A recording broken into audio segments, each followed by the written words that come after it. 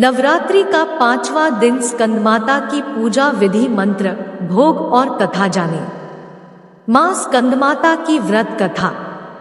नवरात्र का 5वां दिन स्कंदमाता की पूजा को समर्पित होता है और मां के इस रूप को ममता की मूरत माना गया है।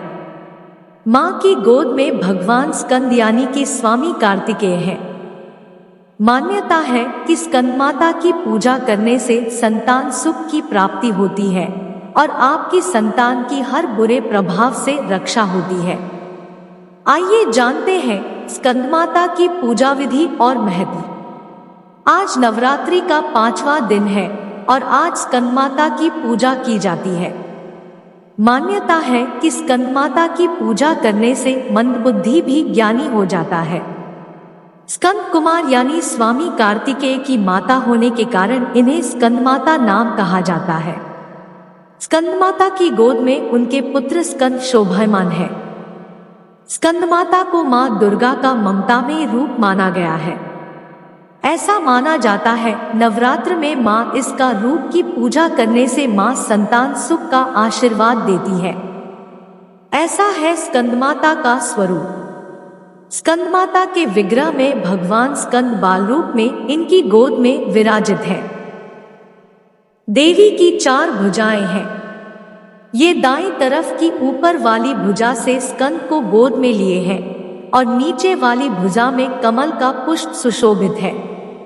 बाईं तरफ ऊपर वाली भुजा में वरद मुद्रा में है और नीचे वाली भुजा में कमल पुष्प है।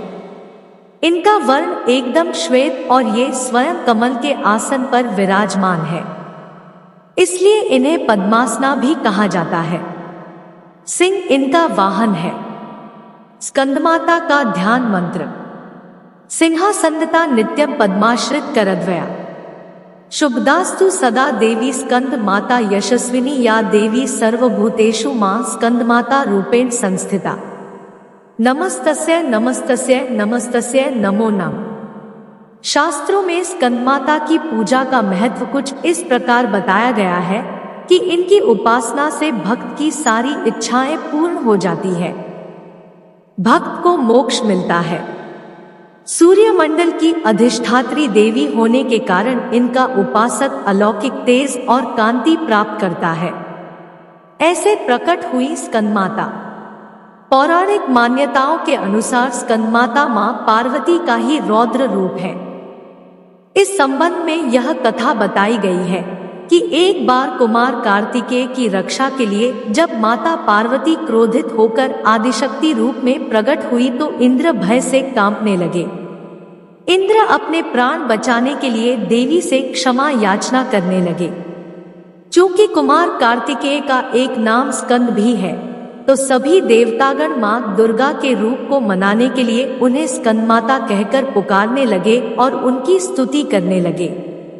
तभी से मां दुर्गा मां के 5वें स्वरूप को स्कंदमाता कहा जाने लगा और उनकी पूजा 5वीं अधिष्ठात्री के रूप में होने लगी। ऐसे करें स्कंदमाता की पूजा। स्कंदमाता को वाणी की देवी भी माना गया है, इसलिए जो लोग गायन, एंकरिंग या फिर ऐसे किसी और प्रोफेशन से जुड़े हो जिसमें आपकी आवाज का महत्व होता है, उन्हें नवरात्र में विशेष तौर पर स्कंदमाता की पूजा करनी चाहिए। जिन्हें गले में किसी प्रकार की तकलीफ या वाणी दोष है, उन्हें गंगाजल में 5 लवंग मिलाकर स्कंदमाता का आचमन कराना चाहिए। माता का भोग और भेंट। स्कंदमाता को भोग स्वरूप केला अर्पित करना चाहिए। मां को पीली वस्तुएं प्रिय होती है, इसलिए केसर डालकर खीर बनाएं और उसका भी भोग लगा सकते हैं। नवरात्र के 5वें दिन लाल वस्त्र में सुहाग की सभी सामग्री, लाल फूल और अक्षत के समेत मां को अर्पित करने से महिलाओं को सौभाग्य और संतान की प्राप्ति होती है। इसके साथ ही 5 कन्याओं और 5 बालकों को भेंट स्वरूप खीर और मिठाई देने से मां भगवती प्रसन्न होती है। देवी की कृपा से आपकी खाली झोली भरती है और सभी मुरादें पूरी होती है।